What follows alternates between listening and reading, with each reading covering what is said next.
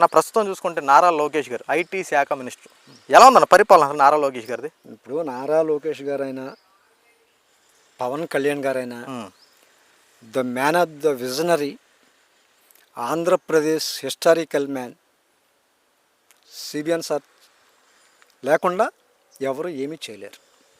ఇది 100కి 100 పాళ్ళు నిజం. ఇప్పుడు నాకు వయసు వచ్చి 54 సంవత్సరాలు.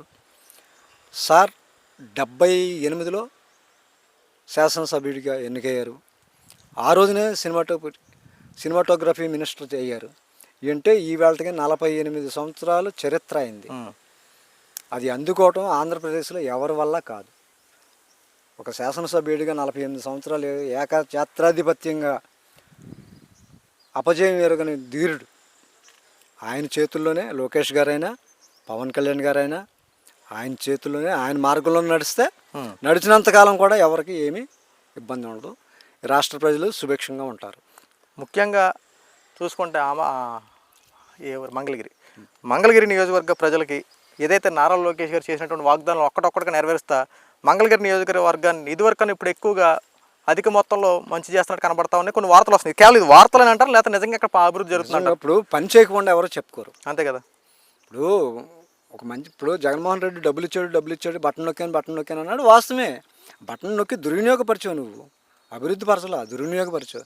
అలాగే మంగళగిరిలో లోకేష్ గారు చేస్తున్నాడు అంటే అది ఇన్స్పైర్ చేసుకోవాలి పక్కన ఎమ్మెల్యే కూడా. ఇప్పుడు ఆయన పక్కన మంగళగిరిలో చేస్తున్నాడు, పక్కన నంబూరులో కూడా చేయాలి, తెనాల్లో కూడా చేయాలి. అట్లా ప్రతి నియోజకవర్గంలో చేసుకుంటే ప్రతి ఎమ్మెల్యేకి మంచి పేరు వస్తుంది. మళ్ళీ ఆయనకి అపజయం లేకుండా మళ్ళీ గెలుస్తాడు.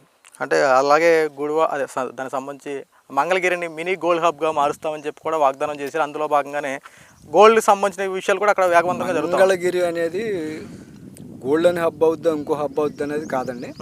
నేను ఇందాక అన్నాను కదా, విజయవాడ గుంటూరు అంటే మధ్యలోనే ఉన్నది మంగళగిరి. అవును, ఇదంతా ఒక హైటెక్ సిటీ కంటే ఎక్కువ అభివృద్ధి చెందుద్ది. ఓకే, ఇదంతా ఒక హైదరాబాద్ కంటే ఎక్కువ అభివృద్ధి చెందాలి. అంతేకాకుండా అక్కడ అనేక ప్రాజెక్టులు కూడా కడుతున్నారు అని చెప్పి టాక్ కూడా వచ్చింది. ఏంటన్న వ్యవహారం అయ్యి?